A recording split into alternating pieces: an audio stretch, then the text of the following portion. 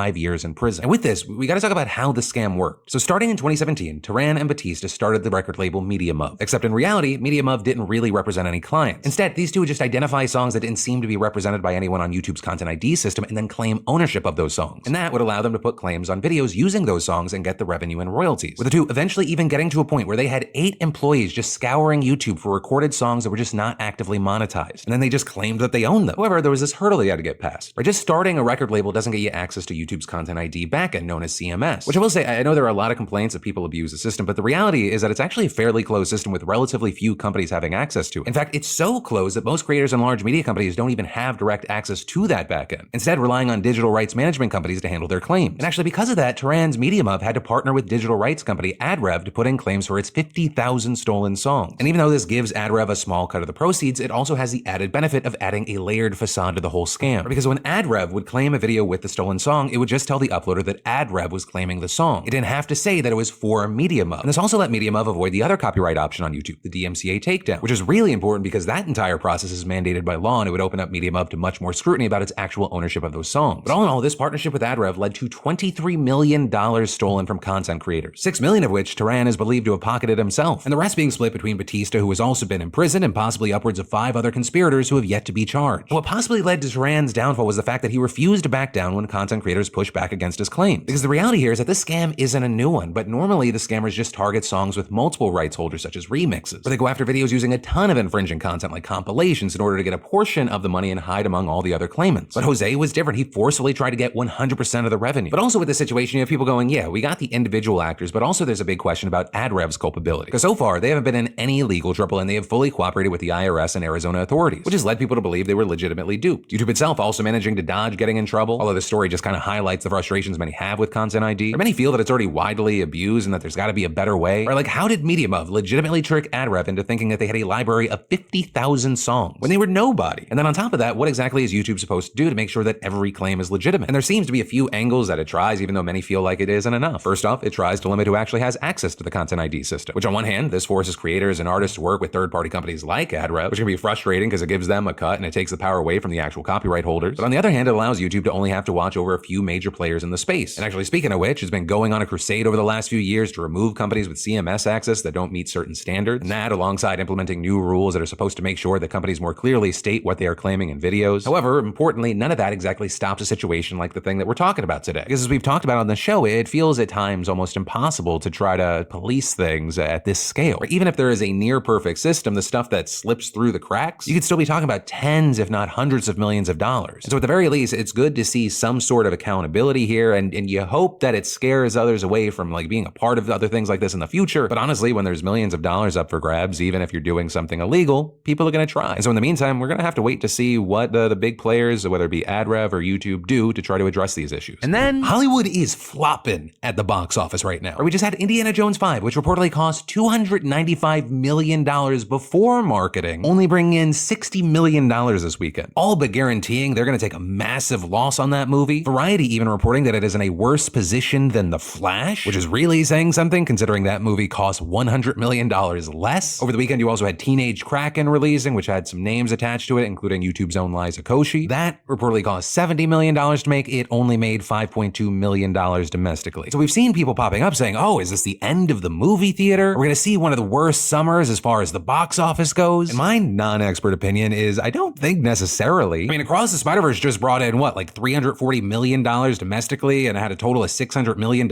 internationally so far. With what we saw over the last weekend, really just feeling like consumers have more choices. Right? Going to the theater, especially if you're buying stuff at concessions, all that, like it costs a lot of money. And now I think consumers know, like if something kind of bombs at the box office, they'll probably be able to get it on demand in 4 weeks. And people are already paying all these subscription fees, or, you know, if they buy a movie, it's what, $20, boom, done, now I own it. And so for the people saying like this does not bode well for the new Mission Impossible, Barbie, Oppenheimer, I don't find myself agreeing. And there generally being a lot of excitement about those movies. Whereas I think maybe I saw one trailer for Teen Kraken over the last 3 months. I wasn't even aware it was coming out. And no shade to the franchise, I just don't know how many people were like, I need Indiana Jones 5. But hey, all that said, that's the situation as it's played out. That's some of my opinion, and I'll pass the question off to you. What are your thoughts here? Do you see this as a concerning trend as far as movie theaters, or no, these are just individual problems for individual movies? And then, for any of you focused on getting your business off the ground, creating a place to share your homemade goods, or even a personal blog, I got a great solution for you today. And it's all thanks to the fantastic partner partner and sponsor of today's show, Squarespace. And I've been partnering with Squarespace for years now, and I have to say, it's just so easy. There's nothing ever to install, patch, or upgrade. And creating a beautiful website with Squarespace's Fluid engine is so easy. You just drag things where you like, no coding necessary. And if you need a starting point, Squarespace has a bunch of great professional templates. Plus, with an online shop from Squarespace, you can sell virtually anything, physical, digital, or service products. You can even sell custom merch easily. Squarespace handles the production and shipping. Plus, with Squarespace, you get access to all their marketing tools and analytics and their award-winning customer care team via email or live chat 24/7. So go check it out, see why so many others love it, see why it's going to be perfect for you, and start your free trial today over at squarespace.com/Phil. And when you realize you love it, just make sure you enter an offer code Phil to get 10% off your first purchase. And then Twitter's quest to give users a beta-like experience has continued, with Elon Musk this weekend gifting users with rate limits. With Musk announcing on Saturday, to address extreme levels of data scraping and system manipulation, we've applied the following temporary limits. Verified accounts are limited to reading 6,000 posts a day, unverified accounts to 600 posts a day, and new unverified accounts to 300 a day. With him later updating incremental increases as time went on, which I like to imagine he only increased because his chronically online ass was like, I need more Twitter. If I can't Twitter, what am I? Also, if you're wondering what does he mean by data scraping and system manipulation, he tried to explain on Friday saying, we were getting data pillaged so much that it was degrading service for normal users. With him even calling out ChatGPT in particular for allegedly collecting Twitter's data, which Elon tried to monetize by putting Twitter's API behind a paywall back in February. This alleged data scraping also being the same reason Musk gave on Friday for completely blocking users from even browsing tweets if they're not logged in. Whereas before, it would prompt you to log in, but you could decline and just keep using the site. You know, with this, over the weekend, people were not happy. Some not buying Elon Musk's excuses, saying this feels more in line with just penalizing users who aren't paying Twitter, and arguing this is more likely to penalize not bots, but genuine users. And one arguing it might be more effective to invest in developing robust security measures that can distinguish between human behavior and bot activities. But again, a lot of people felt like this was a push to make people subscribe to Twitter Blue, which if that's the case would be pretty short-sighted because any limit on how much content users can consume is obviously going to hurt advertisers, which has really become a pain point for Twitter. But ultimately, in response to all this, Elon basically kind of just called everyone who was complaining losers, tweeting, you awake from a deep trance, step away from the phone and see your friends and family. So to that, a number of people tweeted screenshots of an article about how one of Musk's kids want nothing to do with him. Musk also retweeting an Elon Musk parody account saying, the reason I said a view limit is because we are all Twitter addicts and need to go outside. I'm doing a good deed for the world here. Also, that's another view you just used. And all of this kind of leading more and more people to want to see Musk get beat up by Mark Zuckerberg of all people. Especially as TMZ reported on Friday that Italy's culture minister even offered to host it at the ancient Colosseum in Rome. With Zuckerberg reportedly passing on that message to UFC's Dana White, whose people contacted the culture minister. And Musk himself even tweeting some chance fight happens in Colosseum, which has also led some to say if they're gonna do it in the Colosseum, old school rules. 2 men enter, 1 man leaves. And then, so we absolutely have to talk about the Supreme Court today. Because as we were gearing up for the 4th of July weekend, the conservative court just dropped some bombs, deciding on Friday to massively undermine LGBTQ plus rights in a 6-3 decision with all 3 liberals dissenting. And specifically, this case involved a web designer in Colorado by the name of Lori Smith who wanted to expand to wedding sites. But because of her Christian religious beliefs, she only wanted to design the sites for heterosexual couples and to put up a message on her page explaining the situation. The thing is, though, that violated a Colorado non-discrimination law, so Smith sued, arguing the law violated her right to free speech. And in court filings, Smith and her lawyers cited a gay couple by the name of Stuart and Mike. And according to the filings, Stuart had reached out to Smith about hiring her for some design work and included his phone number, email address, and a link to his own design site. With that story being cited in other court documents as the case continued, with Smith's lawyers using it when they were questioned about whether Smith had actually been receiving requests from gay couples, with there being a question of do you have sufficient grounds to sue? And so ahead of the Supreme Court's decision on this case, the New Republic reached out to Stuart using the unredacted contact info listed in the filings. But when the outlet asked him about his inquiry named in this case, he responded that this was the very first time I've heard of it. So yeah, it seems like the whole fucking story was made up, with Stuart claiming that he never sent the form, and what's more, he literally has been married to a woman for 15 years. And him saying, I wouldn't want anybody to make me a wedding website. I'm married, I have a child, I'm not really sure where that came from. But somebody's using false information in a Supreme Court filing document. And Stuart also relaying that same story to other outlets as well, explaining that because he's a web designer, he could have just designed his own site, and adding that he was concerned about the fact that no one seemed to have verified his story, saying there is a responsibility on the part of Lori Smith's lawyers and legal representatives to do their due diligence and make sure that this evidence is accurate. And what's more, Colorado's Attorney General also seemed to back that up in a statement where he called the lawsuit a made-up case because Smith wasn't even offering wedding website services when she filed the suit. And while he didn't provide specifics, he condemned SCOTUS for addressing the lawsuit's merits without any basis in reality. And then, is France on the brink of civil war, or is it like just another Monday there? But that's what's being asked after France has been rocked by nearly a week of constant protests that started after police shot and killed 17-year-old Nel Marzouk. And we pretty clearly know the details around the shooting because there is clear footage. Marzouk was stopped in a car and police were leaning into the driver's side. And for whatever reason, he tries to leave despite the police being there, and they shot, with officers initially claiming the kid tried to ram them, but with the footage clearly indicating otherwise, which is why local